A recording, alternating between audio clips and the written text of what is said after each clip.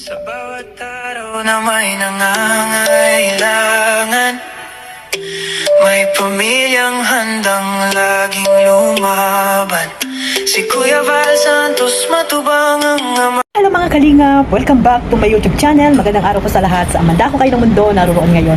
At ito nga guys, na panibagong reaction tayo. Ayan no, mainit po dito sa Taiwan ngayon. Ayan, summer na pero medyo malamig pa rin po ang simoy ng hangin. Kaya ayan no, dito tayo ngayon sa, alam niyo na kung saan ako ngayon.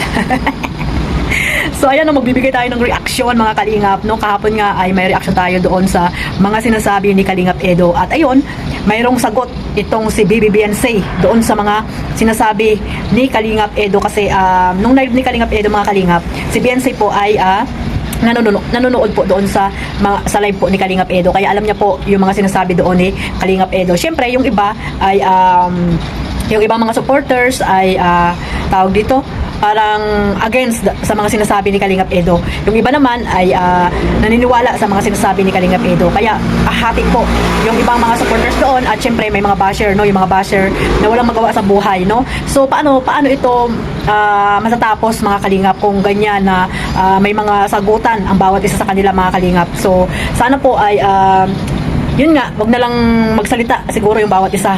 Sinabi naman 'di ba ni Kalingap Edo na last na po yun, last na kanyang pagsasalita nung gabi na nag-live po siya dahil ayaw niya naman na ulit-ulit yung mga tanong ng mga viewers kasi diyan po talaga hindi talaga matatapos yan mga kalingap. At ayun, sabi nga ni Kalingap Edo na ayaw niya na mahaluan ng mga issue ang kanyang YouTube channel. Kaya ayun, last na daw po yun na kanyang pagsasalita nung live na yon. At pag may mga nagtatanong pa daw pag nag-live siya ay ibablock niya po mga kalingap. Yan po yung sinabi ni Kalingap Edo. Tama po naman no?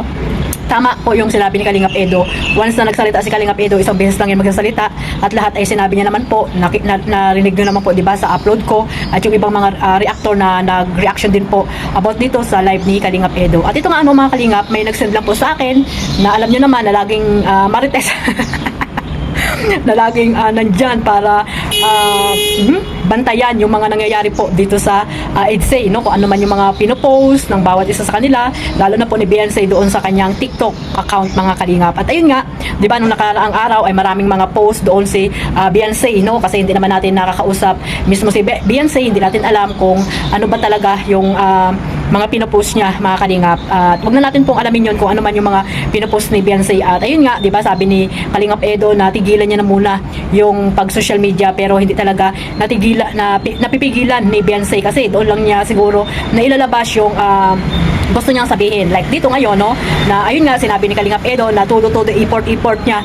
dito kay Beyonce. Pero ayun nga ang sinagot ni Beyonce. Nakita niyo naman po sa aking thumbnail at sa aking tabi na yan po yung sinabi ni Beyonce dito sa sagot siguro niya ito. Di umano no, hindi natin alam kung sagot niya ba ito kasi yung nakalaan nga, di ba yun nga import ang sinasabi ni ni Kalingap Edo. Pero yung live naman ni Kalingap Edo mga kalingap no, yan po ay yung sagot niya sa mga basher kasi marami po talagang mga nagtatanong no, kaya sinagot po ni Kalingap Edo yan no, sinagot po ni Kalingap Edo yan at lahat po ay sinabi niya po diyan yung mga tanong ng mga basher or yung mga supporters na hindi makontento kung ano yung mga nakikita nila dito sa dalawa.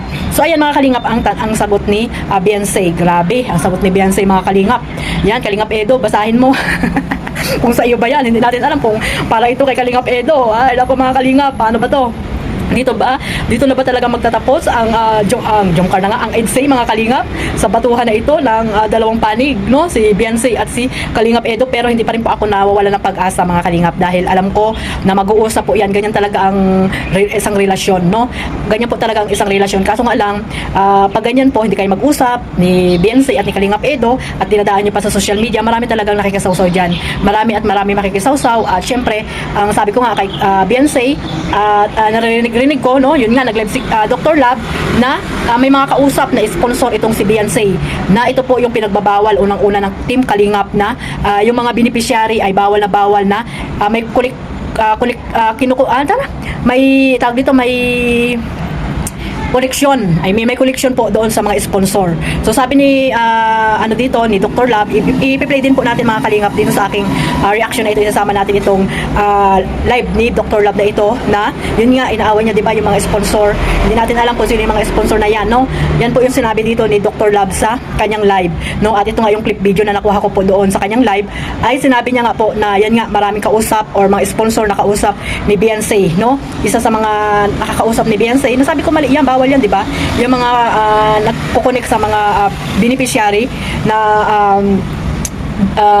kinakausap itong mga beneficiary. Okay lang sana nakausapin nila, no, about kung ano yung tinulong nila, pero wag nilang hahawakan ang mga beneficiary, yung kung ano man yung mga tinutulong nila, or wag nilang sunsulan ng kung ano-ano, no, para hindi na gumulo pa itong mga nangyayari dito sa community ng EDSA. At ayun nga, yun nga yung sinabi din dito ni Red Sane or ni Dr. Lab, yan nga po yung ano ngayon, yung mainit-init na usapin, no, yung nakita daw mismo nga ni Beyonce. Hindi ko alam kung ano ba yung nakita ni Beyonce, langaw ba? Ay ko, Diyos ko po. Hindi natin alam mga kalingap, kasi nga mahirap naman yung maghula tayo, di ba? O mahirap naman na ano ba yun? Ano ba yung nakita na yun ni Beyonce? Picture ba nino yun?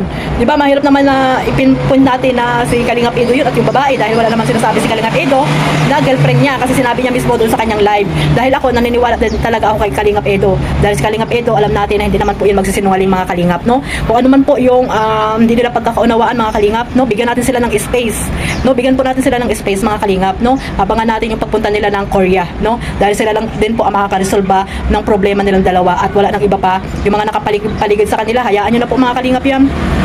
Mag-focus lang po kayo dito sa pagmamaraton nyo dito sa YouTube channel ni Kalingap Edo, at dito natin malalaman kung sino talaga yung tunay na supporters po ng EDSA, no? Hindi lamang sa pakilig, kundi doon sa charity works ni Kalingap Edo. Sana ay matapos po ang mga problema nilang dalawa, kung ano man yan, no?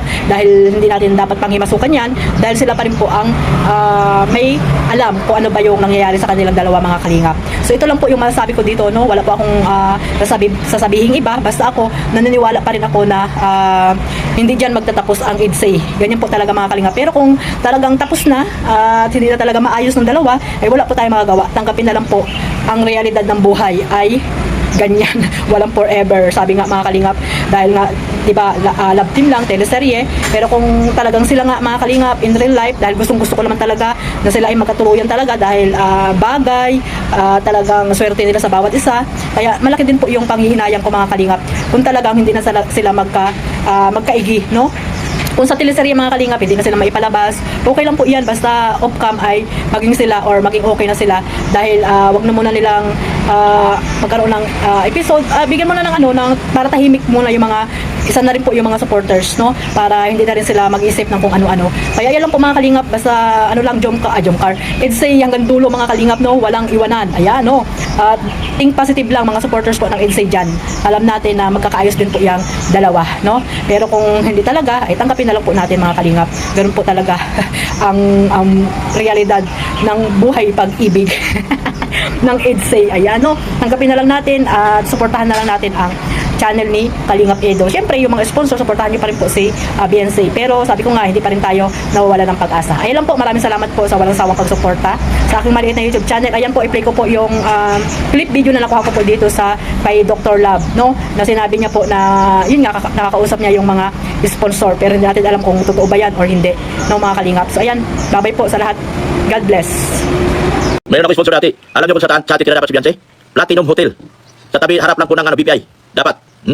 Pero kayo ang nag-angkin at inangkin nyo dahil kayo nagparal. Pero saan nyo dinala si Beyonce? Dinala nyo sa isang kwarto na crowded. Dinala nyo sa isang kwarto na kulang na lang pati auto ni Beyonce naka-report sa inyo. Grabing lupit nyo. Mga titas. Grabing lupit nyo. Inumpisa nyo, sisirain nyo channel ko eh. Hindi pa tayo tapos.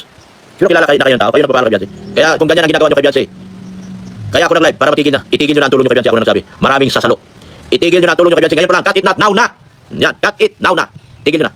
At hindi na po kayo pwede tumawag kay Beyonce. Naka-screen record na po lahat ang tawag nyo. Magiging ebidensya pa yan sa para sa inyo. Huwag na po kayo tayo tumawag kay Beyonce.